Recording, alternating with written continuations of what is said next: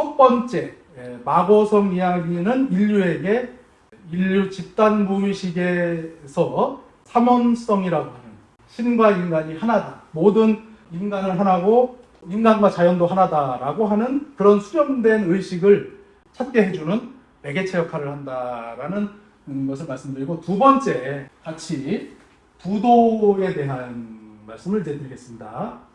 지구촌 평화를 위한 통일 한반도 프로젝트를 만드는 데 있어서 무려 설계도를 제시해주고 있다. 부도지의 부도 부분이. 부도를 현대적으로 표현하면은 국제 자유 무역 도시입니다. 국제라는 개념, 자유라는 개념, 무역이라는 개념 다 들어있습니다. 이게 놀라운 거죠. 그런데 여기에 두 단어가 추가가 됩니다. 신성. 부도지에 보면 부도를 건설한 이유가 분명히 나옵니다. 이유가 중요한 거예요. 이유, 목적. 인간이 마고성에서 나오는 이유. 신이 인간을 출산한 이유. 부도를 건설한 이유 명확하게 나옵니다. 임검 씨가 여러 대륙을 돌아다니며 종족들을 차례로 방문하니 100년 사이에 가지 않은 곳이 없었다. 모든 사람들과 함께 천보를 밝혀 비춰 증명하고 근본을 닦아 믿게 하며 어리석음을 풀고 근본으로 돌아올 것을 맹세하며 부도를 만들자고 약속하였다. 순행이라고 하는데 우리 민족은 순행의 전통이 있어요. 부도를 만든 이유는 서로 멀리 떨어져 있어 소식은 끊어지고 언어와 풍습이 서로 다르게 변화했기 때문에 한 곳에 끌어모아서 화합하는 자리를 만들고 천부의 이치를 가르쳐 알게 하기 위함이다. 정확하게 목적이 나와 있습니다. 그리고 돌아와 갖고 부지를 선정을 하는데요. 어느 땅이 좋을까 부지를 선정하는데, 물론 그때 당시에 부도가 어디 있을지 이거를 한마디로 표현하는 거 어려워요. 그러나 우리 한반도를 중심으로 나오는 그런 대목도 있습니다. 부도를 만들 땅을 정하였다. 그것은 동북쪽의 자방이었다.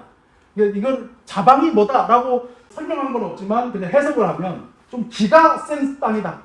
기가 좋은 땅이다. 이렇게 해석을 하는 거예요, 저는. 근데 여기에 동북쪽이다. 이렇게 나오잖아요. 그죠? 2와 6이 교감하는 핵심 지역이고 4, 8이 상생하고 결과를 만들어내는 땅이고, 이게 뭘 뜻하는지 알 수 없어요. 저도 몰라요. 느낌으로만 아는 거예요. 뭔가 교감하고 교류한다. 바다와 육지가 서로 통하니 구의 끝과 일의 시작이 다함이 없는 터전이다. 끝이 되기도 하고 시작이 되기도 한다. 우리가 실체에 접근할 수 있는 실마리들이 막 보이는 거잖아요. 그죠? 1357의 기운의 전기가 모여 만들어내는 땅이다. 태백산 위에는 천보단을 만들고 동서남북 사방에 천보단을 지키는 작은 보단을 쌓았다. 천보단과 보단 사이에는 세 겹의 길을 두어 통하게 하였고 길과 길 사이에는 천리였으며 길이 좌우에는 관문을 설치하여 지켜야 했다. 이는 마고성을 본떠 만든 것이었다. 정확하게 나오죠.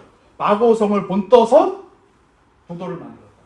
육부를 설치하여 여러 종족이 살았다. 여러 종족을 갖다가 국제도시에 국제도시. 부도가 완성되니 웅장하고 화려하고 밝아서 온 인류가 함께 화합하기에 충분하였다. 모든 종족을 연결하는 살아있는 고리와 같았다. 저는 이게 핵심이라고 봅니다. 모든 종족을 연결하는 살아있는 고리 같았다. 이게 13장에 있습니다. 모든 종족을 다 연결하는 고리다. 비로소 부도가 가동이 돼요. 신도시를 만들고, 신도시가 가동되는데 임검씨는 황궁시의 후에 6만을 이주시켜 살게 하고 나무를 베어 뗏목 8만 개를 만들어서 신령한 천부의 신표를 새겨서 천지의 물에 흘려보내 지구 곳곳에 살고 있는 인류를 초청하였다. 모든 종족이 그 신표가 새겨져 있는 뗏목을 보고 차례로 모여들어 박달나무 숲의 신시를 크게 열고 계율을 닦아 마음을 맑게 하며 하늘의 형상을 살핀 후에 마고로부터 이어온 계보로 대로 각 종족의 족보를 밝히고 천부의 소리에 따라 말과 글을 정해하였다. 북두칠성과 하늘의 별의 위치를 정하여 하늘 앞에 제물을 올리고 노래하며 하늘의 웅장한 음악을 연주하였다. 모든 종족이 옥을 캐어 천부를 새기고 방장해인이라 하여 7가지 재앙을 없애고 돌아갔다. 이후 10년마다 반드시 신시를 여니 말과 글이 같아지고 천하가 하나 되어 사람 세상이 크게 평화로워졌다. 바닷가에 성을 쌓아 천부에 재물을 올리고 모든 종족으로 하여금 정착하여 집을 짓게 살게 하니 그 뒤로 1000년 동안 성황을 만드는 풍습이 전 지역에 널리 퍼졌다. 고도지 14장입니다. 근데 여기에도 보면 나오죠. 모든 종족으로 하여금 정착하여 집을 지어서. 근데 여기서 재미난 단어가 나오잖아요. 성황. 자, 제가 사는 데도 성황당이 있거든요. 조그마한 집이에요. 성황당이래요. 근데 부도지는 이 성황이 다른 의미가 있죠. 모든 종족으로 하여금 정착하여 집을 짓게 살게 하니. 국제도시가 성황인가? 성을 쌓아 천부에 재물을 올리고 이런 재단이 성황인가? 뭐 이런 추측을 할 수가 있어요. 근데 자, 여러분, 성황 이 글자를 보면은 글자만 한번 보잖아요. 글자만. 성자에다가 해자 황자예요. 성과 해자예요. 근데 우리가 지금 뭐 성황당, 성황목, 이게 성과 해자를 연상시킬 수 있는 게 있나요? 중도 유적이에요. 춘천 중도 아시죠? 레고랜드 이렇게 세워져 있는.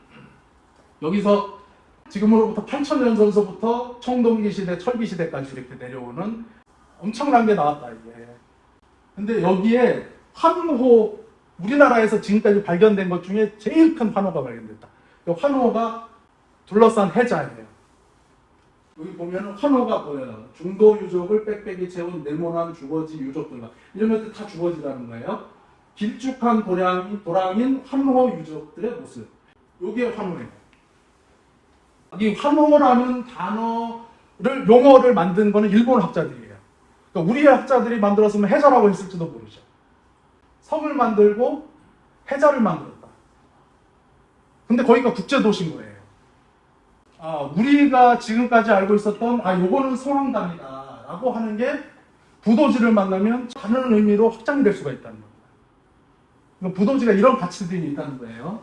그래서 부도를 단군왕검이 설계하셨는데, 임범씨가 설계하셨는데, 너무나 놀라운 것은 부처님과 같이 나는 정신적인 것만 할래가 아니에요.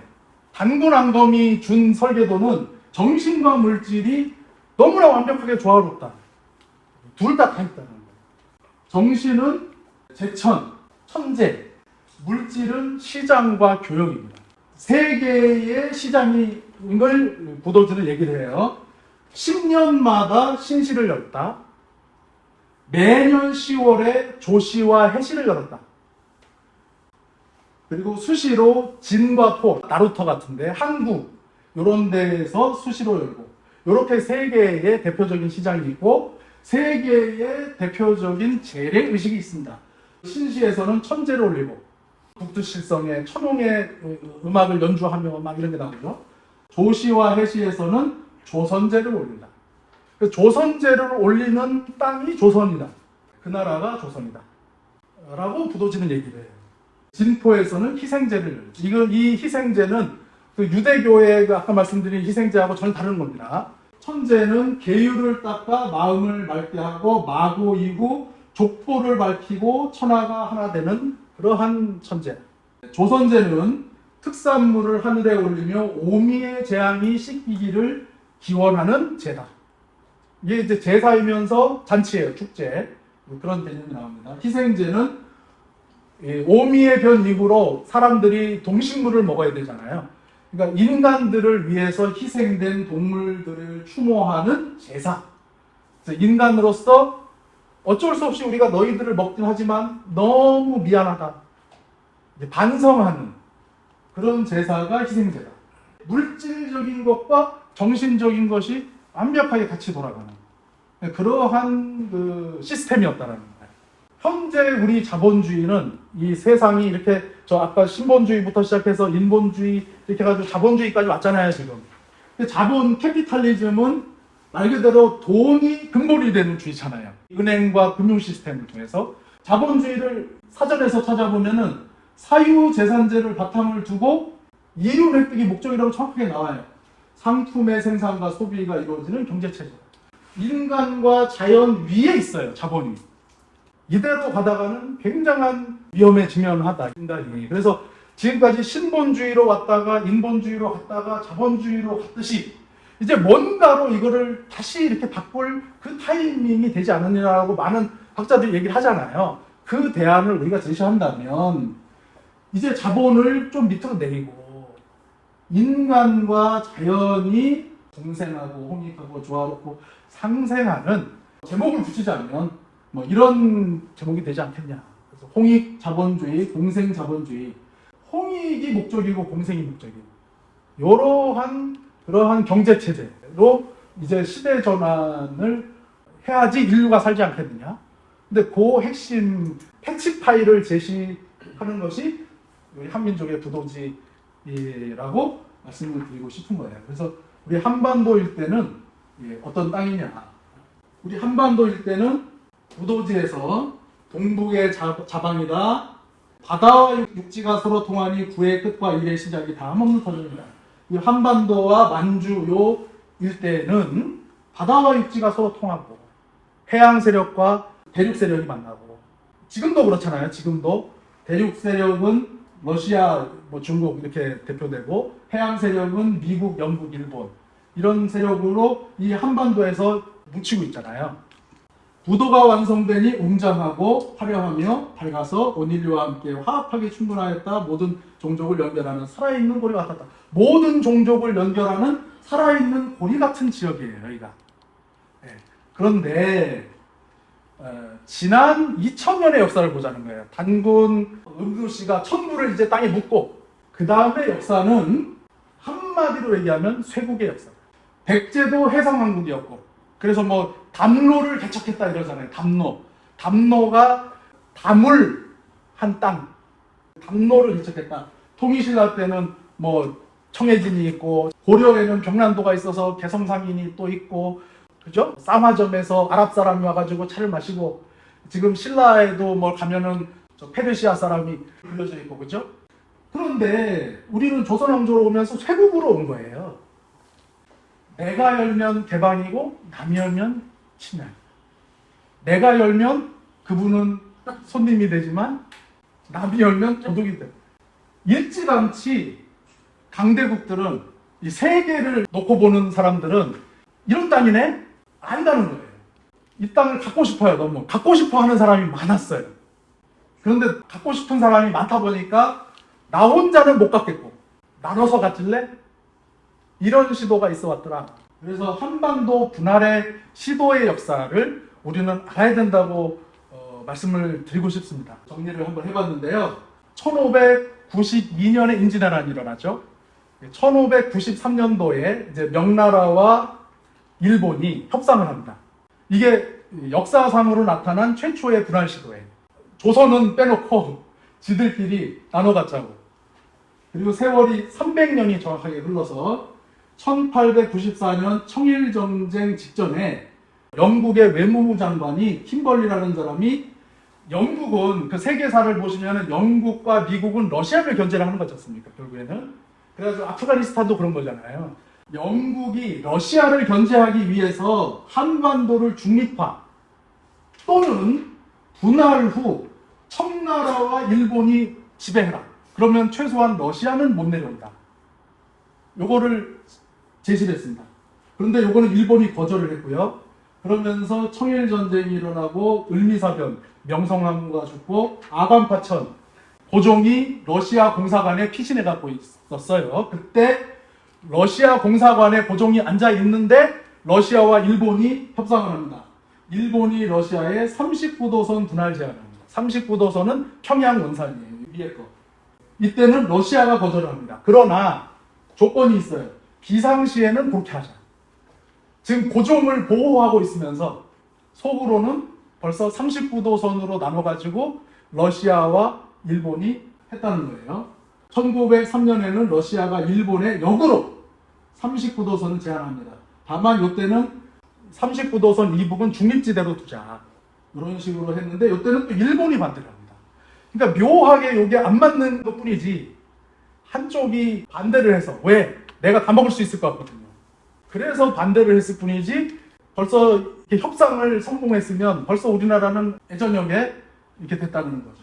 이때부터 이제 파죽지세로 러일 전쟁에서 일본이 이기고 1905년에 을사늑약이 일어나고 외교권이 박탈되고 1907년에 군대가 해산되고 1910년에 한일병탈이 되고 일본이 다 먹었죠. 그러면서 이제 여러분 아시다시피 1945년도에 8월 10일 날 미국이 소련의 38도선을 제안을 합니다. 왜? 소련군이 너무 강하게 내려왔기 때문에 부산까지 내려올까봐. 딘 러스트와 찰스 본스킬이라고 하는 대령이 당직을 서고 있었어요. 소련이 너무 빨리 내려온다. 지금 이러다가 부산까지 다 먹겠다. 대책을 강구해봐. 30분 만에 요 지도를 펜으로다가 그어가지고 38도선을 이렇게 그어서 여기는 소련이 점령을 해라. 요 밑에는 미군이 점령을 할게. 요게 결국에는 한반도 분할에 된 겁니다. 예, 요거는 2015년에 나온 건데요. 2015년에 해킹하는 단체가 공개했어요. 해킹하는 단체가. 중국이 미국한테 북한 정권이 붕괴되면 우리는 지금 어떻게 무의식적으로 생각해요? 김정은 정권이 붕괴되면 당연히 통일이다. 이렇게 생각하는 사람이 너무 많아요. 다 그렇게 생각해요. 젊은 사람들. 전혀 그게 아니라는 거죠. 중국은 이미 북한에 무슨 일만 생겨나면 들어갈 준비를 다 하고 있다. 그 전초 작업이 동북공정이잖아요. 그러니까 동북공정은 역사공정이 아니라는 거예요. 동북공정은 정치공정이고 영토공정이지 동북공정을 역사로다가 하니까 자꾸만 삐뚤 안 먹는 거잖아요. 동북공정은 중국이 북한을 먹기 위한 전초 작업이다. 라고 이해를 해야 정확하게 이해를 하는 거죠. 중국이 이 땅 다 우리 거 하면은 누가 찬성을 하겠어요? 그러니까 우리가 요만큼 먹을 테니까 여기는 한국이 가지고 여기는 미국이 가지고 러시아 너희들 가져라. 그러니까 일본도 우리는 하고 있는 게 현재선. 한반도 분할의 시도의 역사는 아직도 진행 중이다. 그러니까 이거는 강대국의 입장이죠. 언론이 논평을 했습니다. 중국의 제안이라는 이 계획에 대해서 미국이 한반도 통일을 지원하기보다 남한이 여기를 다 가지게 하는 것보다 중국과 마찰을 최소화해서 한국에 대한 영향력을 유지하려는 의도라고 분석했다. 부도는 통일 이후에 한반도를 어떻게 구상하면 좋겠는가 하는 모델을 제시해주고 있다. 인류를 한 곳에 불러 모아 화합하게 하고 근본을 알려주는 곳으로 해양 세력과 대륙 세력이 자유무역을 하면서 경제적 풍요를 누리는 것. 부산서부터 유럽까지 철도를 놓고 고속도로를 놓고 가능하잖아요. 통일만 되면. 알래스카를 거쳐서 이제 알래스카로 해서 저 남아메리카까지 아르헨티나까지 고속도로를 뚫을 수 있는 거예요. 부산에서부터 전 세계를 다 연결할 수 있다. 이러한 경제적 풍요를 누릴 수 있는 곳, 모든 종족을 연결하는 살아있는 고리. 그런데 우리는 단군 할아버지가 설계해 준 대로 전혀 안 살았다는 거예요. 저는 이걸 부도지를 보고서 깜짝 놀란 거예요. 단군 할아버지가 저는 정신만 준 줄 알았거든요. 홍익인간. 정신만 준 줄 알았는데 단군 할아버지가 설계도도 줬다는 거예요. 정신만 준 게 아니라 물질적인 것까지 둘 다 줬다. 양손에다가 다 주셨는데 그거를 우리가 모르고 살았구나. 그런 반성을 하게 되었습니다. 그래서 부도를 제거를 해서 인류 복권과 공생 홍익인간이 실현되는 공간, 정신과 물질이 조화로운 그런 신문명 시대의 중심지로서 우리가 한반도를 설계하는 데 있어서 부도지를 충분히 참고할 수 있다. 그래서 부도지의 가치를 말씀을 드리고요. 마지막으로 부도지는 정말 무궁한 가치가 있어요. 무궁한 가치, 역사적 가치. 요순시대, 부도지처럼 요순시대를 묘사하는 것은 제가 아는 한도 내에서는 없습니다. 요순시대가 이상적인 시대가 아니라 정반대라는 거예요. 또 이제 재밌는 거는 묘족이 나와요. 묘족. 전 세계에 묘족이 많습니다. 중국에도 있고 동남아시아에는 몽족이라고 해요. 그 사람들이 근데 나라를 못 이루고 살고 있어요. 근데 요가 묘족을 탄압하니 묘족이 흩어지고 그래서 요가 부도를 어떻게 이제 망가뜨리냐면 그 오행해변을 일으키지만 실질적으로는 부도로 가는 모든 길을 막아서 모든 종족이 부도로 가지 못하게 하겠다. 그러니까 부도에서는 자유무역을 못 하잖아요. 천재도 못 하잖아요. 그게 실질적으로 부도를 망친 거예요. 근데 그게 현 상황하고 너무 똑같잖아요. 해양 세력은 대륙으로 못 가고 대륙 세력은 해양으로 못 가고 딱 막았잖아요. 너무 이런 것들이 이렇게 오버랩이 되면서 그런 것들이 나와요. 그리고 신라 초기의 역사, 석탈에는 누구인가, 김할지는 누구인가 이런 것들이 막 나와요. 그런데 거기서 이제 재미난 것 중에 하나가 이런 거예요. 예를 들어 석탈해, 탈해가 이제 불교에서 말하는 해탈을 거꾸로 하는데 벗어날 탈자, 풀해자. 그러니까 풀고 벗어난다. 그러니까 그게 뭐냐면 소부도지도 읽어보면 재밌어요. 오늘 제가 거기까지는 이제 말씀을 못 드리는데 신라의 박역거세가 건국을 하잖아요. 그래가지고 이제 박씨 세력이 있어요. 그 다음에 두 번째로 합류한 세력이 석씨 세력, 세 번째로 합류한 세력이 김씨 세력입니다. 박제상공은 약 5세기 말까지 계셨던 분이죠. 그러니까 이때까지를 기술하시는 거예요. 근데 박씨 세력은 어떤 세력이냐면은 쇄국 보수 세력이에요. 세상이 다 타락했다. 그러니까 우리는 여기서 담을 쌓고 우리가 부도의 이 정신을 지켜야 돼요. 이게 박씨 세력이에요. 이게 부도지에 보면은 나라도 안 만들어요. 근데 석씨 세력은 완전히 정반대예요. 이건 이제 제가 만든 용어입니다. 급진 개혁 세력이에요. 석씨의 주장은 이거예요. 세상이 이미 제왕지도로 다 타락했다. 칼싸움하고 있다 지금. 우리도 문을 열고 나가서 같이 싸우자. 같이 싸워서 다 발 아래 무릎 꿇리고 우리가 승기를 딱 뽑고 사실은 말이야 우리는 모두는 하나였어. 우리는 마고의 후손이야. 알겠지? 이렇게 하자는 게 석씨의 주장이에요. 이 세상에 뛰어들어서 같이 경쟁해서 우리가 이겨서 알리자. 석탈해가 이 쇄국을 풀고 벗어나자 라는 주장이에요. 그래서 민심이 석씨에게로 몰렸다. 석씨가 정벌을 많이 하니 사람들이 많이 죽었다. 다시 민심이 박씨에게로 가서 박씨가 정권을 잡았다. 그런데 박씨는 변화가 없잖아요. 쇄국 보수니까. 무역도 안 하고. 다시 석씨가 우리에게 정권을 다시 주시오. 그러면서 내세운 게 우리가 정권을 잡아도 정벌하지 않겠습니다 하는 약속이 벌휴왕. 정벌을 쉬겠습니다. 나와요, 소부도지에. 그래서 다시 석씨에게로 넘어갔는데 약속을 어기고 또 정벌을 하더라. 김씨는 뭐냐면은 이게 중도예요. 민심이 김씨에게로 넘어가서 가만히 있다가 받은 거예요, 그냥. 그러니까 신라 초기의 어떤 그런 역사를 연구하는데도 부도지가 분명히 친구가 될 수 있겠다라는 생각을 하는 거고요. 그 다음에 부도지를 제외하더라도 우리나라에는 마고 이야기가 너무 많고 마고에 대한 지명이 너무 많아요. 문경시 아시죠?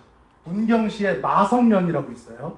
그 마성면의 원래 이름이 마고성면이었어요. 마고성이라는 지명도 존재했어요. 마고성면. 지금도 마고산성이 있고 양산에도 마고산성이 있고 강원도 태백에도 마고에 대한 지명이 너무 많아요. 지리산의 노고단도 늙은 마고예요. 마고를 모시는 사찰도 있어요. 부도지를 제외하더라도 이미 우리나라는 마고의 나라예요. 중국에서 고려시대 때 마고진화라고 그랬어요. 마고의 나라. 이게 부도지와 만나면 시너지가 엄청나다는 거죠. 마고 신앙, 마고 사상을 그리고 한국뿐만 아니라 중국에도 많고 동아시아와 전 세계의 지모 사상, 땅을 어머니로 여기는 사상, 여신상, 홍산문화도 그렇고 그래서 그런 거를 연구하는데 굉장히 많은 참고가 될 수 있고 그 다음에 기존의 동양 철학을 초월한 오행, 음양오행, 주역 이런 거를 초월한 사원소에 기반한 철학. 천부경하고 부도지가 완전히 같은 결을 보여주는 것이 천부경이 이제 1에서 3으로 3에서 6을 거쳐가지고 9에서 81로 이렇게 수가 나가지 않습니까? 부도지가 딱 요런 식이에요. 1, 4, 7은 성수다. 2, 5, 8은 법수다. 3, 6, 9는 채수다. 이런 것들이 이제 부도지에 나오는 문장입니다. 그러면서 수리에 대해서도 막 나오는데 이것이 삼수에 어떤 기반한 그런 철학을 만든다는 거죠. 그래서 우리 그 한국 철학의 원료를 천부경에 기반한 더 이상 음양오행, 하도낙서, 주역 그게 아니라 천부경, 부도지, 수리관에 의거한 한국 철학을 좀 정립을 해봤습니다. 아까 말씀드렸죠? 1년이 13달이다. 이런 거를 보면 과연 부도지라고 하는 거를 그 박금 씨가 혼자 창작할 수 있는 내용인가? 그렇게 보기에는 너무 엄청나다. 마지막으로 부도지 원본을 꼭 찾았으면 좋겠다. 고맙습니다.